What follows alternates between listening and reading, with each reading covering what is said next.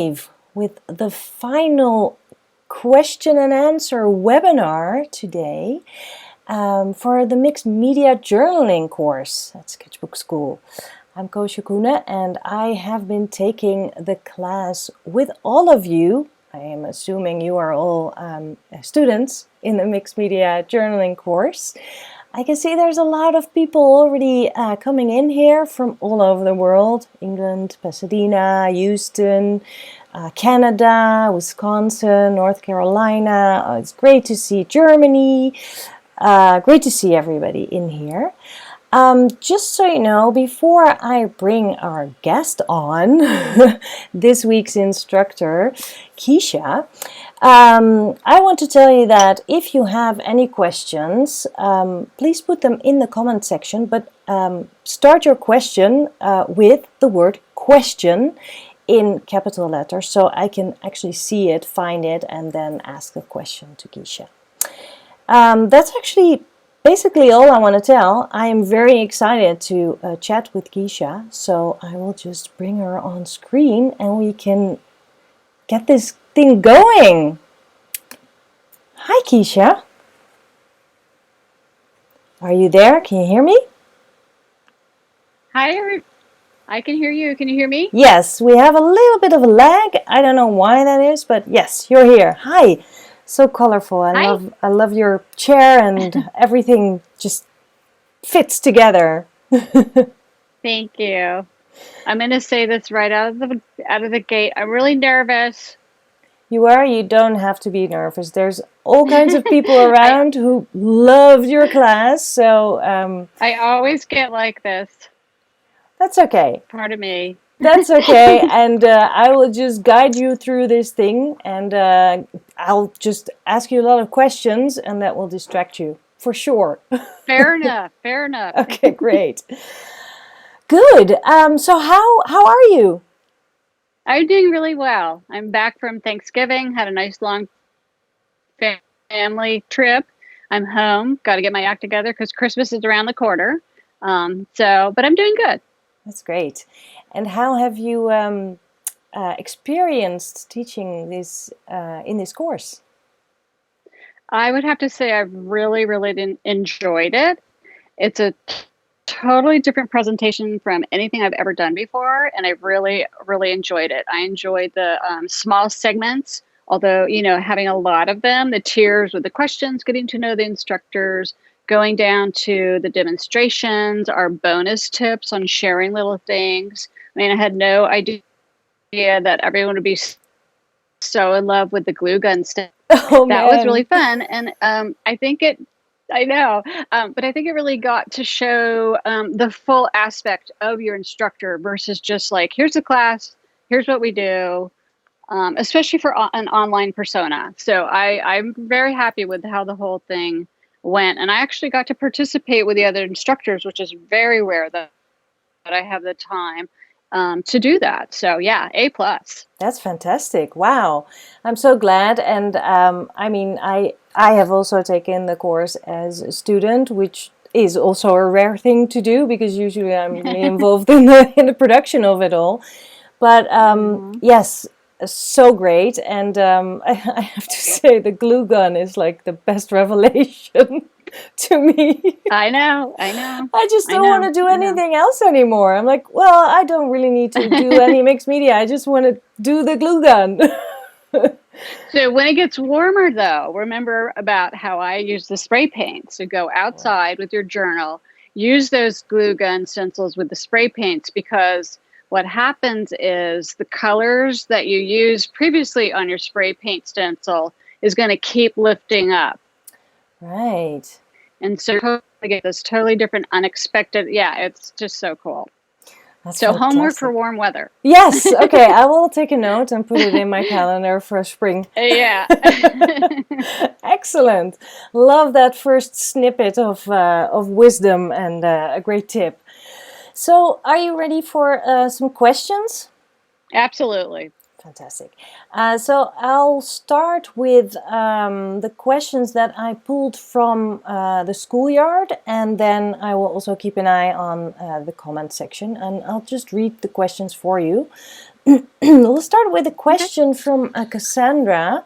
She has a question about, let me see where I put this thing. I put it up here, down here. She has a question about the art practice. She says, your studio looks like you have created your own personal universe. Do you make art every single day? I saw that question earlier and I really loved it. I just think that being recognized for having created my own universe was really special to me. So I really like that question. Yes, I do create art every day. I consider it my full-time job. Some of you know, some of you don't know, I'm a full-time caregiver as well to my son, and that's a lot of stress. And so art to me is my release, my go-to, my addiction. And I feel like I have to do, that's my job, so absolutely every day. If I can't do it, I do something creative in another way, decorate the house or, help someone else decorate or. So yes, I do try to have it every day for sure. Is your Great house question. yeah, it is a great question. Is your house as colorful as your studio is? Absolutely. Fantastic. So um, it's everywhere. yeah, my walls are, I think my kitchen walls are this beautiful purple, and then the ceiling's like an apple green. And I know it sounds like an odd combination, but with all the art in there, it just totally works. Yeah, Sounds it's very, very amazing. pretty. Sounds Yeah. amazing. Cool. Yeah. And speaking of making art every day, I mean, just before we started this, you were actually sewing. So you're doing it Yes, all yes. the time. Yeah. Yeah. I mean, I think that was one of my videos was about idle time and boredom, and I do have a problem with that. I don't like to be idle. I don't know. Could we say that was a nervousness because I said I was nervous about doing this, and Sure. so maybe that's a way to ease that nervousness. But again, here we go back to how it's very helpful in all those sort of things. Anxieties, nervousness just calms me down. So definitely for sure. Yeah. Absolutely. Yeah. It must calm you down. Absolutely. It's all meditation. So let's move Hmm. on to Larissa. Her question is, do you teach only in the US or do you teach in other countries too? So how can I find out your teaching schedule? So yes, I teaching schedule's kind of slowed down in the last years. I'm not sure if there's less venues now. Um, and then also it's a little hard to travel with my son. But what I usually encourage people to do is if you're interested in having, you live out of the country, for example, and you're interested in a teacher, invite come and talk to them and figure out how to arrange it. Get some of your friends together. So it is doable, but I think we have to change how it is going to happen. So unlike Steph, who seems to be jet setting around the world, doing all his teaching everywhere, my sort of art I think is in a different realm. So yeah, so I would say yeah, invite your teacher, invite someone out. I used to do that. I used to host I wanted to take a class with, and I couldn't figure out how to get a class with them. And I'd say, what do I need to do to get you over to my house? So that's what I would do. I am working on a new website. Once the website is finished, I will have an area that you can find where I have classes. And then I am also going to be working on upping my online classes just for that exact reason. Hard to travel, hard to get where, less venues are available. So, yeah. Great. Well, Larissa, I think that's a fantastic suggestion actually to, invite a bunch of your friends and then invite the teacher that you want to learn from instead of waiting until something maybe comes up around where you live. I think that's a great Exactly. suggestion. You can make it happen. Absolutely. I've been to a workshop too Yeah. where it happened exactly that way. Like we want to learn from someone and then, well, let's just invite her. So it's So fantastic. there's a woman that I really want to learn from in Scotland, and she makes dolls. And so I was just with a friend, and I'm like, hey, let's go to Scotland and let's just tell her we're coming. And can she do a private workshop for Yeah, yeah. us? It's So it happened. That's fantastic. Yeah. So that's the way to do it. Yeah. Go get it instead of wait for it, right? Exactly. Go get it. I like that. Love it. All right. Sarah has a question. Let's see. I'll read it for you. I'm very intrigued by junk journaling.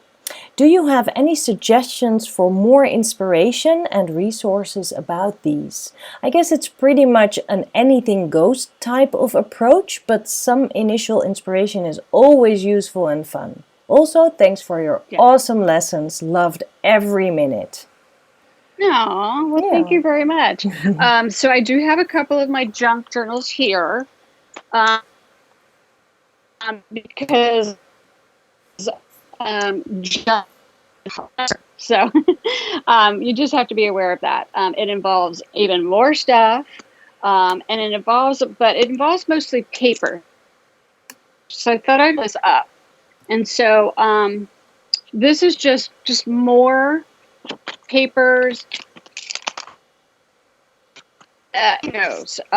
collected movie ticket stubs, the drawer that you have in your house that's just, you just throw receipts, or I have baseball tickets in there, and so you just get them all out, and then you're going to bring them together for your junk journal. How you do that is the problem. So you have to either bind it, glue it. And this one in particular, I sewed them all in.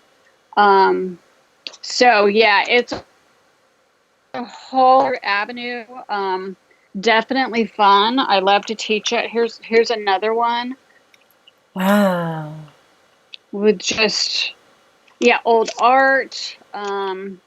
Here's a tiny little vintage card that I got from the flea market that I loved. So a lot of it is involved. Here's an old calendar that has writing on it from my best friend that passed away, and I'm that's very dear to me. That's so beautiful. Just things that, I mean, that's what junk journaling is just about. It's about using these papers that are kind of wasted. We have our art papers and our sketchbooks, and they have their own purpose. But then what about this massive amounts of paper? And even if you get into the recycling, cardboards, I've cut up, cardboard from food, like a cereal box. It's the perfect weight cardboard to make book covers, or even just paint on, add it to your journal. There's just massive amounts of paper in our lives. If you really look around old letters, I love to find old letters that my dad wrote, because I don't have a lot of his handwriting.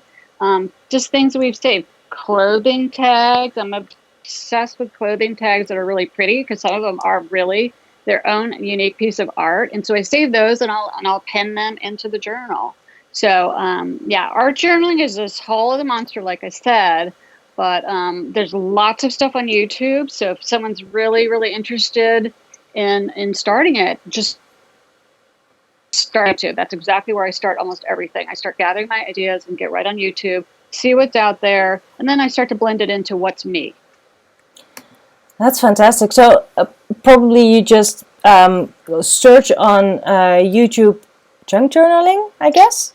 Junk journaling is what it's called. Yeah, just junk journaling. And you'll find many, many videos about it. Cool. And same with art journaling. Yeah. If you want to go further in your art journaling, YouTube, art journaling, mixed media, there's just thousands and thousands of free videos to watch. Fantastic. Yeah, that's great. There's so much to learn. I mean, I wrote this article this morning about my experience in this course, and I feel like I've only scratched the surface. There's so much to discover, and you're never done, probably. So, yeah.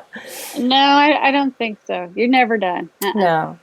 And you just showed a few of your journals, which reminds me that I didn't mention that at the end of this webinar, we are actually announcing the winner of a prize, because we also have a prize, a giveaway. Do you have it there? Yeah. That's awesome. Yeah, so I made a file folder, and speaking of not being able to stop, I really wanted to just like keep going all the work, and it's just so fun for me. But yes, I did make a file folder journal, starter journal for someone to enjoy. Here's a little pocket that I made to put stuff in. Yeah, so I'm super excited to give this away, and yeah. We'll announce the winner at the end of the webinar. If I forget, please remind Okay. me. But Okay. I won't forget. So that's fantastic. But if I would win that, I would be hesitant to actually put anything in there because it already looks so beautiful. I did leave some blank pages, so don't worry about Thank that. goodness. Yeah. So Good. yeah, and then there's some half pages. So this just has some fun stuff on it, but I mean, someone could certainly glue down one of their own sketches and call it a day. Really what they want. But I hope someone, the person that wins this, I hope that they don't hold fear like that, and they just do whatever they want with it, basically. Make it their own. Fantastic. Yeah. You just made a start. Beautiful start. Yeah. Yes, it's a starter journal. Excellent. Okay, I have a question here from Susie from the schoolyard. She says, I love drawing and I love mixed media. At the same time, I feel like I am using different parts of the brain. I know exactly what she means. Doing each technique. I think that I will be very happy with my work if I find out how to mix or join both. But still, I can't figure out how to do it. What do you think about this? I would probably say, and this is what I would teach in class as well, is that it's practice, practice, practice. Yeah. I wish I had a super complicated answer or wise answer, but practice. It's just practice. I wanted to paint for years. I thought there was a painter trapped in my head, and I'd see paintings, and then I could imagine my paintings, but I had no idea how to paint. And so I took some painting classes, and I did kind of terrible. I didn't get it. I'm talking more of like the intuitive based painting. And I didn't get it. I was very confused, and then I took another intuitive class with someone else, and kind of started to get it. And then I just started doing a little bit every day. And once I started doing a little bit every day, it really started to click. It just made more sense because you have to experience it, I think, versus, someone can tell you what to do, but it's up to you to get your brain to understand what it is you're trying to achieve. Right. So, yeah. I think it's like learning any technique that you just need to do it a lot, and then suddenly it clicks, and then you can combine it with the things that you already know. But I do understand, or I do recognize that feeling of like using different parts of the brain. I mean, I don't even think about drawing when I'm mixed media journaling. I'm like, I don't want to pick up a pen here. I just want to use all the other things that I can do, because suddenly with this, drawing feels limited. You know, it's strange, but I think the more you do it, the more you understand how you can incorporate. Sorry, go ahead. That's interesting though that you say that, though, because when I'm working on, say, a spread in a journal, my ultimate thought is always in the back of my mind: what cool thing am I going to draw or paint on top of this? That is interesting. Dash of stuff that I can, pump this up 1,000 times. And so I'm always like, I can't wait for that part. So that's interesting. But I would like to share that over Thanksgiving, I went to visit a friend, and I had asked her if she could teach me how to make a dimensional doll. So I make sewn dolls or flat dolls. Okay, so it's two pieces to come together, and I've never made a 3D doll. And so I asked her if she would show me how to do that, and she kindly said yes. And so talk about being back in the student seat. And I was just like, oh my God, I'm a horrible student. I don't get this. Got up in just the two sides, not a third side. So yeah, I can see exactly what you're talking about. The two Right. trying to combine two ways of thinking. And I'm like already nervous, like, am I going to be able to make another one? Because it was so new to me. Hmm. But at the same time, I'm very excited. I can't wait to sit down and try to make another one.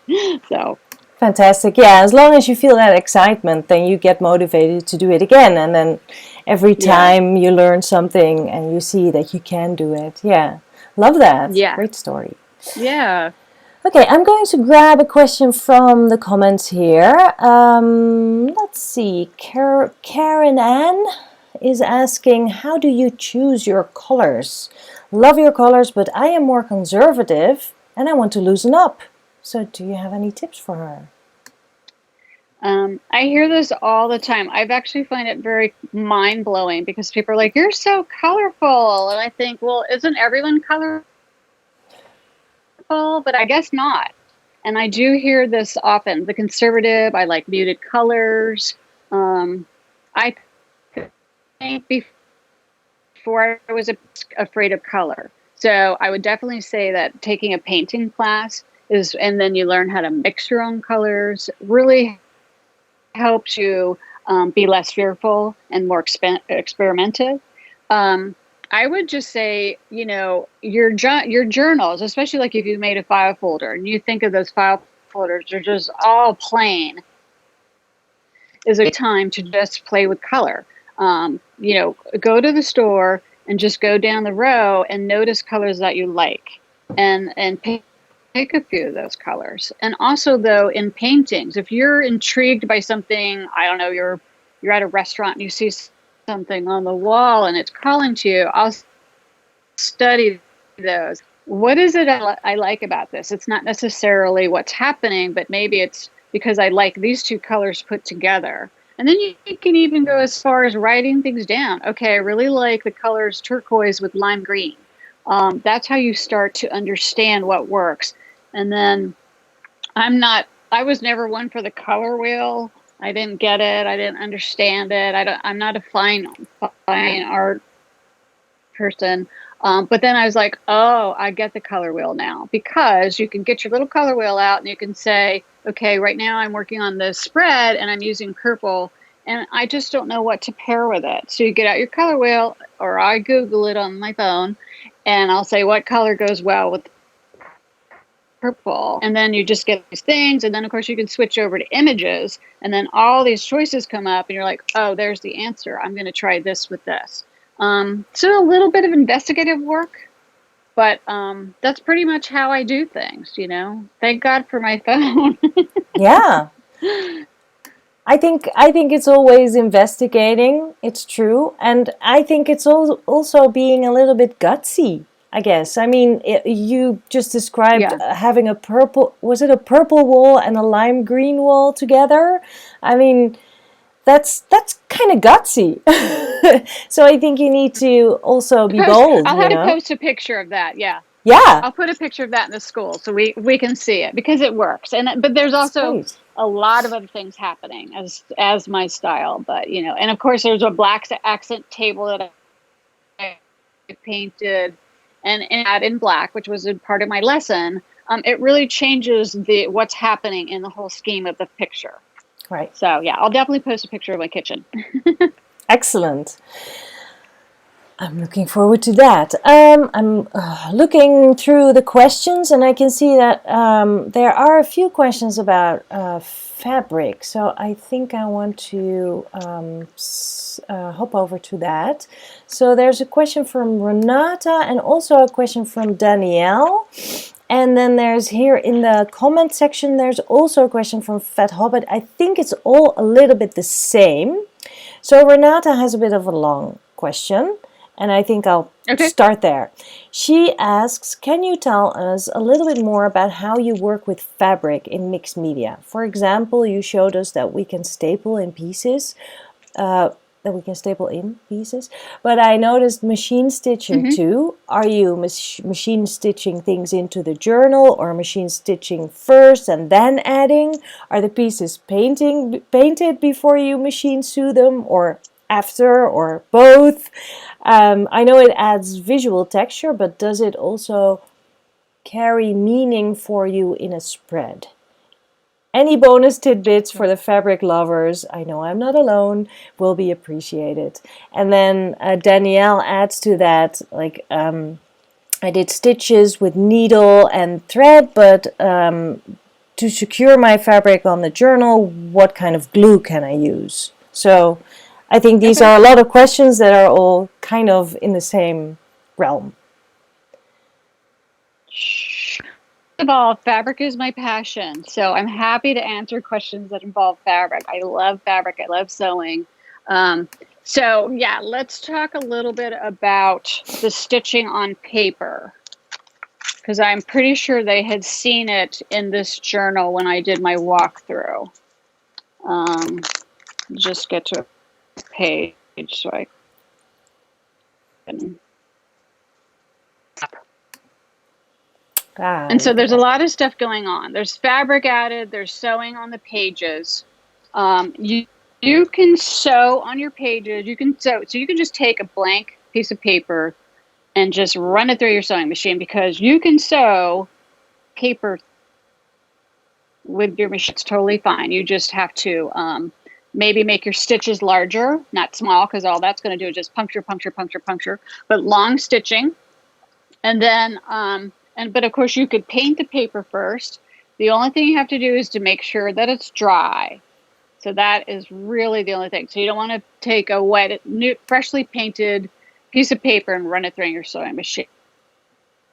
So you do it before, you can do it after. I've done a mix of it all, because I'm going to go back to my standard answer. I don't believe in rules. If I painted something, added it to my journal, and then later I'm like, ugh, gosh, I wish I had sewn on it. Okay, well, I'm going to take it to my sewing machine and going to add something on there. If I can't fit it through my sewing machine, then I will staple on, I will glue on. So for the question about the glues, I'm going to show you. So first of all, though, the stitching should be good, that she said that she put down. But for some reason, she may feel like it also needs to be secured with glue. So if she doesn't have to, because that's the point of stitching, is to attach it to something. But I have 3 choices for glue that I will use, and that would be matte gel medium, not like the super loose one though. So this has some thickness to it. Let's actually even open it up. So that's a nice glue. This is probably my most favorite glue. This is a tacky glue, and some of them even come super dry, like the quick dry or something like that, and they do dry really fast. And then this is also a really nice glue. So this is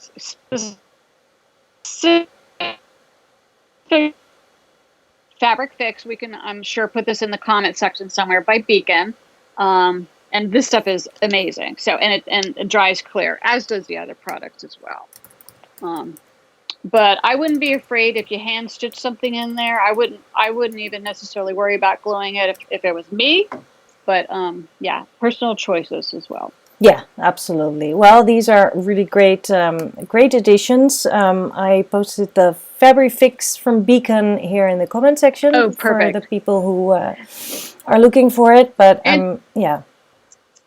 Internationally, I would say it may be hard to find the Fabri-Tacs, but the other products are easy to get. There must be something similar in Europe or wherever. Yeah. Yes. Yes. Okay, good.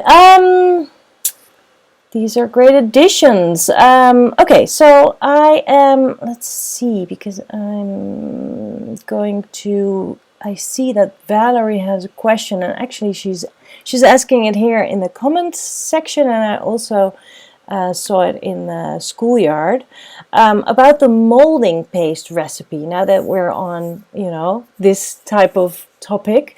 Great. Acrylic paint or medium. Would you explain that ingredient, please, a little bit more? I'm not clear what type of paint, or liquid versus tube. What else did she say? Could the acrylic paint ingredient therefore be colored paint to produce a pre-colored paste? Okay, hang on. I have wrote this down. So I did notice that on the recipe that someone had typed in, I don't know if I did that, I'm not sure, but they had typed in the word after white acrylic paint or medium. Mm-hmm. I'm not sure what the medium was either, because I don't use that, so I'm not quite Okay. sure that what it is. So for the molding paste, it's just 1 cup of white acrylic paint. And so I would just use something like this. This is by Folk Art. It's just a craft grade paint. So, I mean, any sort of white acrylic paint. I wouldn't use something expensive like Golden's, but something like this. This is, I get this out. It's not going to be super thick, and it's not going to be fluid. So it's the perfect combination. Consistency wise, maybe it's like a pancake batter. So that's going to be what you're looking for. Definitely not heavy bodied and not a fluid. Mm-hmm. So craft grade is fine. So you've got your 1 cup of this, and then you've got your 1 cup of baby powder, and then you have a half a cup of Elmer's glue. And you just stir it up and then put it in an airtight container. And then it's ready to use whenever you want to use it. I would not pre-color it, but I would color it after you took out, maybe you got a scoop of what you were going to use and put it in some little palette or whatever. And then I would probably just very tiny drops of some fluid acrylic and stir it up for your color. So yes. Fantastic. Easy peasy. Very, very easy. And 1 cup it of smells good. Yeah, because of the baby powder. Love that. Exactly. So yeah. 1 cup of white acrylic paint, 1 cup of baby powder, I didn't type that right. Half a cup of Elmer's glue. All right. Yes, that's it. Half a cup Elmer's glue. And if you don't want that much, then cut all your ingredients again. Sure. So my container's like this big, and it's going to last me a while. Yeah. Okay, good. Thank you for explaining that and writing it up in advance. Very helpful. Let's talk a little bit about spray paint. Okay. So, hang on. Spray paint. Sarah has a question about spray paint, and so does Kay. So Kay is asking, thank you, or she's saying, thank you for another great week.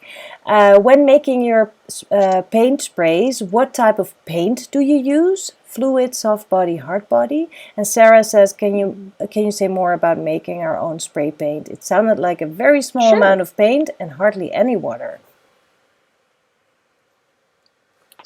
So I've got that ready too. Fantastic. So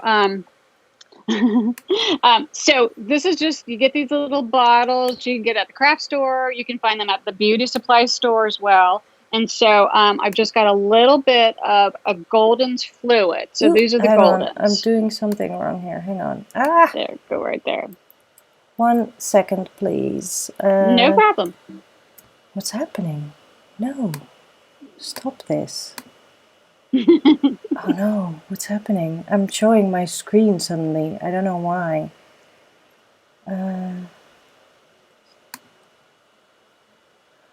know what's happening here.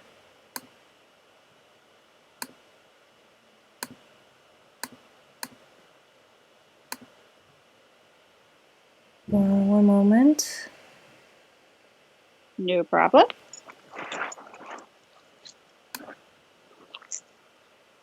What? Oh no. Oh wait, I know. Yes, we're back. Sorry. That was stupid. Okay. Go ahead. That was scary. Yeah, that was just a really stupid click of wrong button. I'm sorry. Go ahead. Okay, so I use the fluid acrylic. So these are very, very watery. And this is Golden Brands.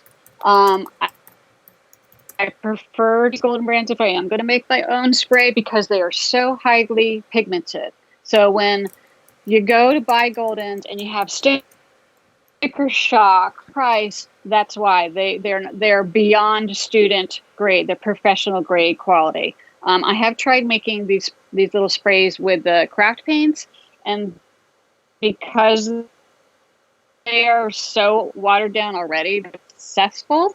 So just be mindful of that. Okay, so we have about this much paint in there.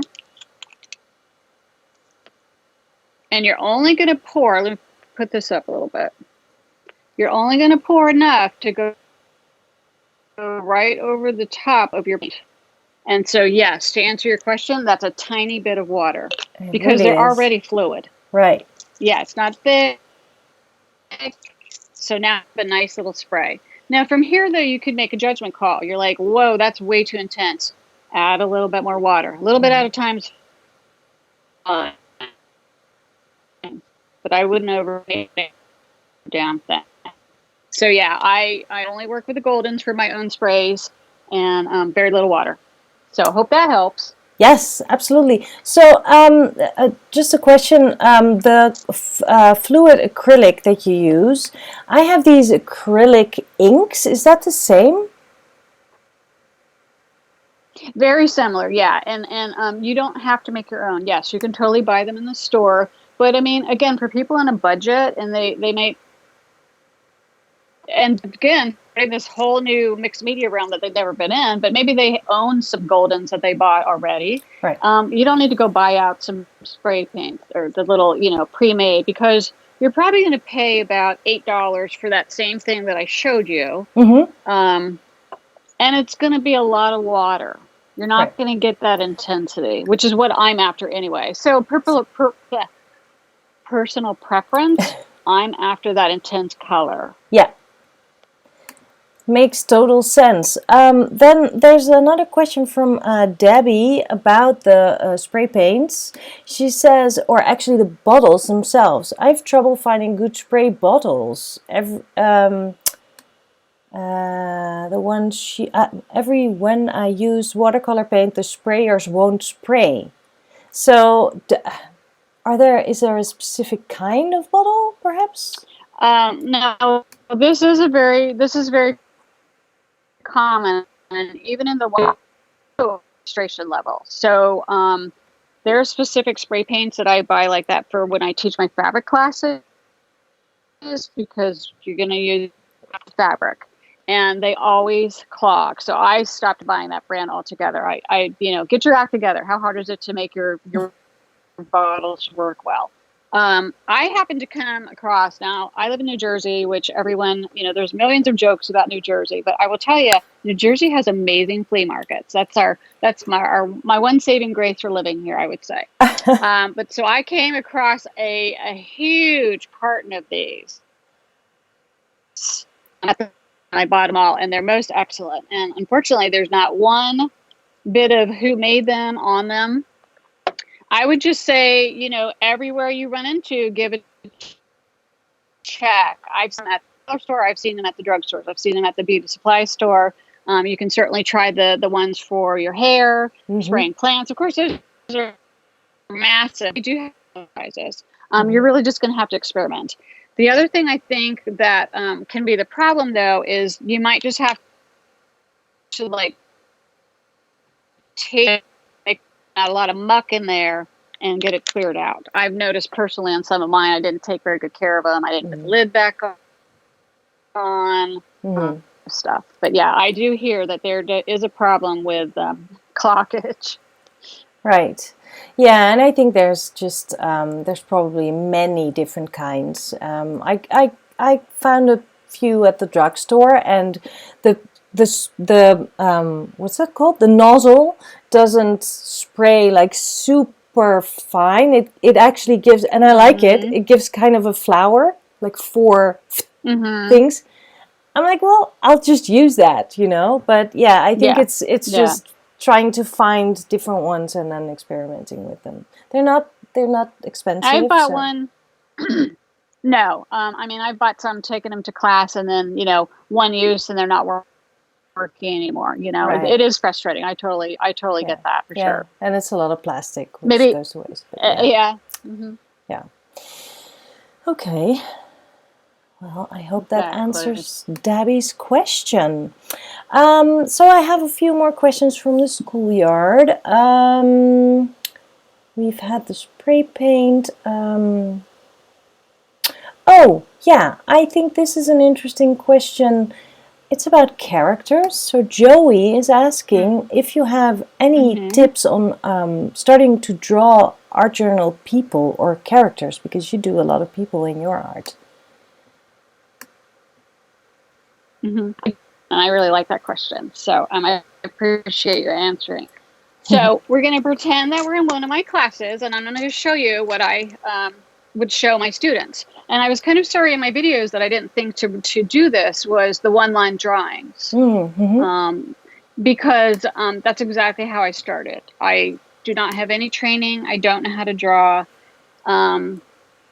That scares me. We were talking about that earlier. If I had to go to a sketchbook event with you, I would be like so horrified because I don't know that stuff. It's not familiar. But so I started to do things that were familiar to me, and I'm not afraid to draw. And again, that just came with practice. So I would suggest getting yourself a little whiteboard.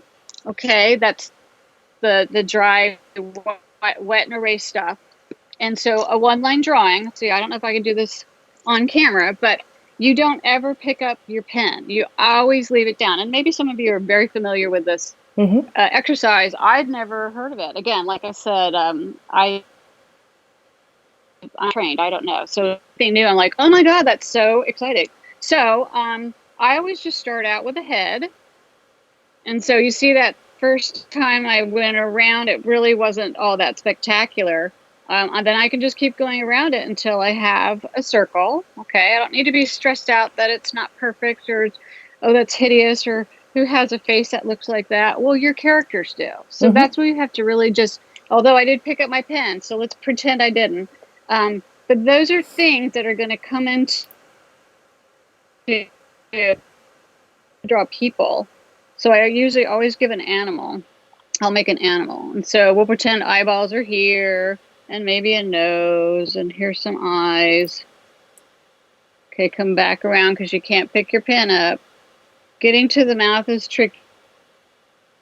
So I'll come here. Okay, come back down. Whoops, picked up my pen. See, it's very hard.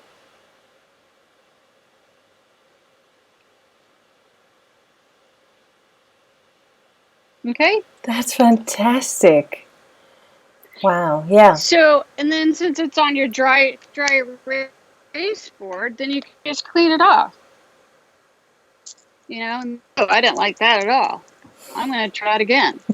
And then you just start over. Practice, practice, practice. And then when you really get a feel for how your characters are coming along, start getting out your nice pens and in your white journal and go into development. And when I make characters that I really, really like, I go over and I scan them. They're always part of my repertoire, and I could use them anywhere I want. I can make screens from them. I can make copies. So yeah, that is my biggest tip, is to just practice and get that whiteboard out, because it's so forgiving. Yes, what an amazing tip. And we got an extra demo too. Bonus. Yeah. Bonus plus bonus. And I actually love the character that you just made in like, what was it, half a minute or something? Yeah. Amazing. I mean, really. And because I practiced though, you know. Yeah. That's all it is. Yeah. It sounds so simple, like such a simple answer with not a lot of words, but it really comes down to practicing it and get comfortable. I'm so comfortable doing that. I mean, probably the first time you saw me doing it, it'd be like, what is she doing? I don't even know. But right. But now I know what I'm doing. Yeah, and I think the power of continuous line drawing is that you can't really worry about what you're drawing because you're so, busy not picking up the pen and trying to doing some kind of puzzle, like how do I make a connection to this eye, and then maybe I need to do the nose. So it sort of distracts you from the thoughts that you have, like I have to make something really great. No, you're just trying to connect everything. Yeah. Right? Yeah, and no, at this point, you're not making something great. You're making something interesting. Yeah. And you're making something raw. And I really love about whenever I see one of those drawings, even if it's not my own, I see one, I'm just captivated by it because the integrity is not to be perfect. And I guess that's my whole theme is I just abhorred perfection. Right. So it's such a trap. It absolutely is, yes. And I think that's why a lot of people have sort of trouble or feel out of their comfort zone with mixed media journaling because it's so unknown where it's going and you don't know what the outcome will be. But then again, it's not about the outcome. So yeah, very Yeah, but interesting. you know what? You can know where your spread is going to go, because That's if you're true. like me, you've got all these cool things in there, and I all that fun work to the background and experiment and play. And in the end, if it's like, what's the story here? Okay, well, I just glue my story down and Right, I'm done. right, right. Yeah. So, yeah, I mean, you can be in control of it for It's sure. true. Yeah, it's true. I have not enough experience to even know how to do it. But, that's the fun thing. It's just all experimenting and getting more experience in. Yeah. And let me see how that. Oh, I was just going to say, and Yeah, let me see how that advice works out when I go try to make that dimensional doll again. I'm right. probably going to do this thing. I'm probably going to judge myself and think I suck, and why am I not a better student? And so it'll be interesting. Absolutely. Yes, you bump into that all the time, every time you try something new. It's true. Yeah. Yeah. So I wanted to move on to another question from Joey. I think that's the same Joey. Yes. Let's see. Joey asks, what brand is the large open script stencil you used in class, and where can I get one? Okay. So I think the stencil. I went through all my stencils, and I was trying to find it. I That must think be it it. was this one. Mm-hmm. And okay, and the artist is Carolyn Dubey. So if you're trying to search for this exact stencil, you need to look up the artist, which is Carolyn Dubey, Dube. And then the name of this one is called Use Your Words, which I love. Use Your Words. Great. Okay. And then the same artist has my second favorite stencil, which is called Word. Which is called what? Sorry, can you repeat that? Words to Live By. Words to live by. So the first one is Use Your Words, and then the second one is Words to Live By. Okay, And they're great. both really cool stencils. Fantastic. I Thank you use them in a for. lot of my fabric work too. Yeah, they are really, they look Sure, awesome. Thanks for sharing that. Um, absolutely. Here's one question about from Maya, because she says, thank you for the inspiring class. I think you mentioned something about printing a page in your journal onto canvas to give to your mother.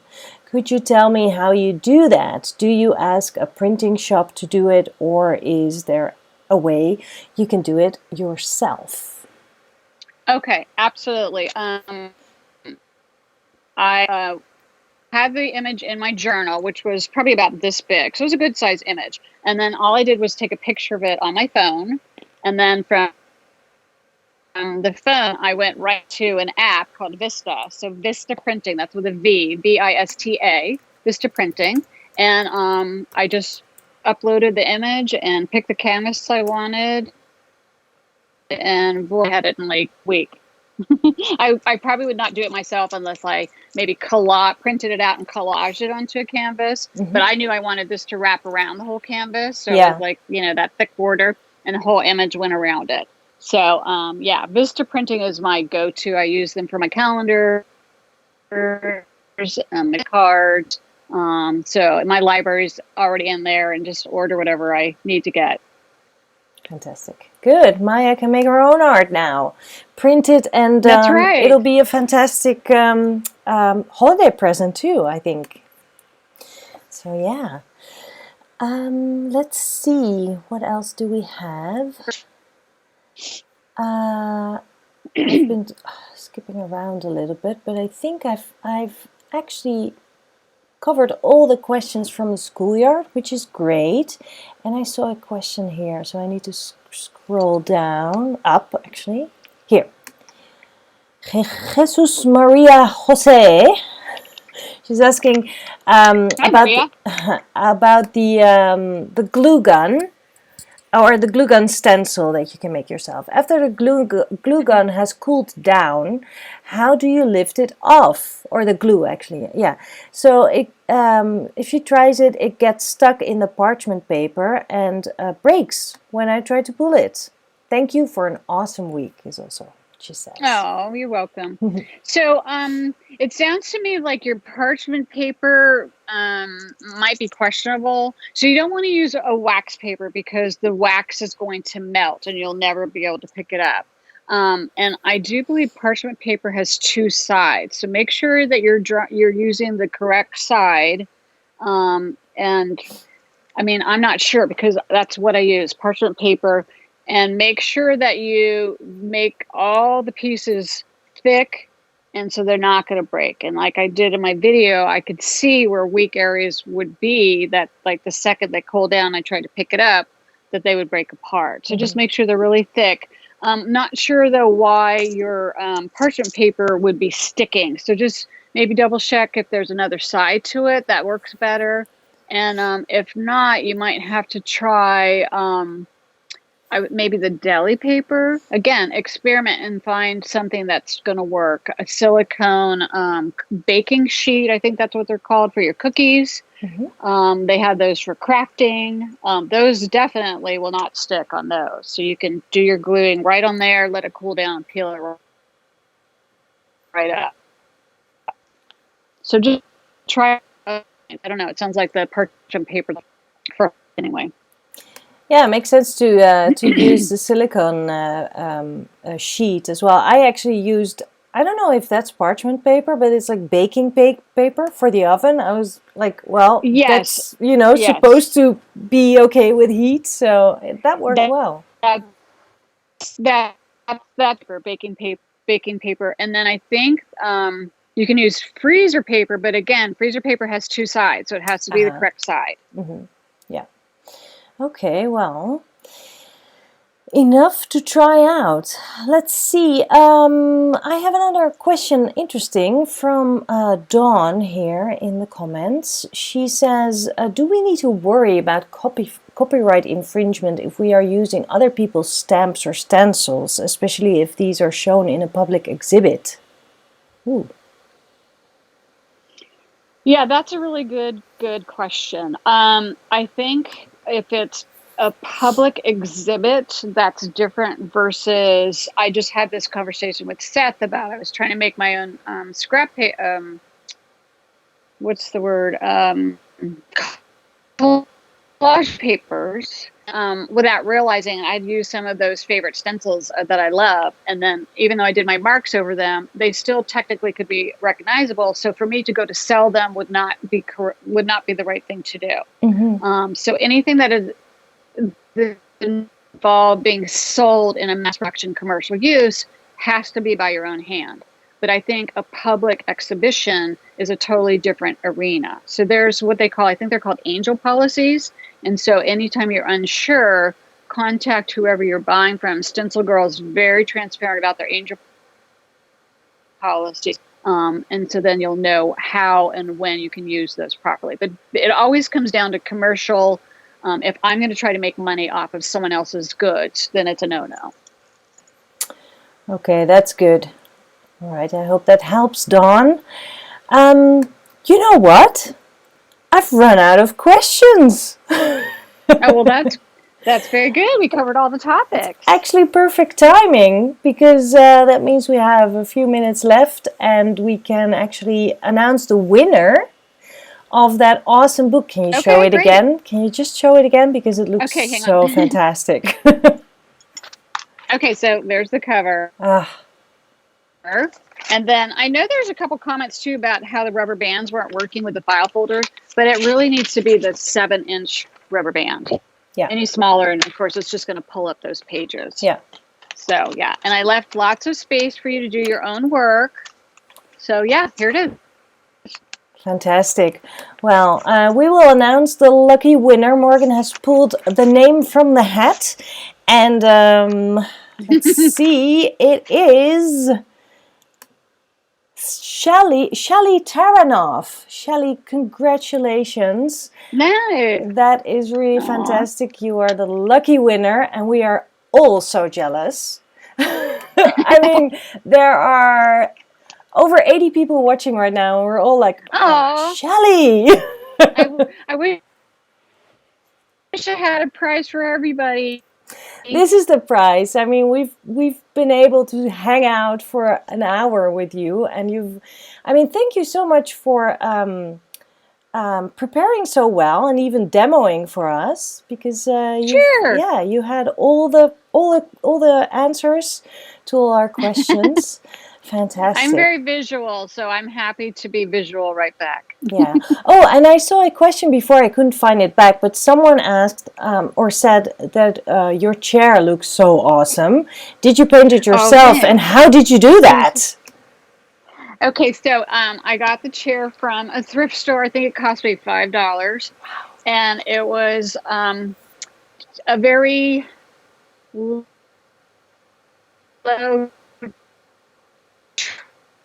red. I wasn't leather. And I just took spray paint, I just sprayed it, and then I started to take acrylics. Once I did the spray painting and let it dry, and then maybe I sanded a little bit, because sandpaper with fabric gets crunchy, so probably sanded it down a little bit. And then I just came in when I kind of got like a really smooth, you can hear that, then I started to paint on top of it with acrylics. It's fantastic. Yeah, I love my little chair. Yeah, it's beautiful. Well, thank you so much for sharing all your wisdom and all your inspiration. And I know I'm going to go back to all those videos that you made, because there's so much goodness in there.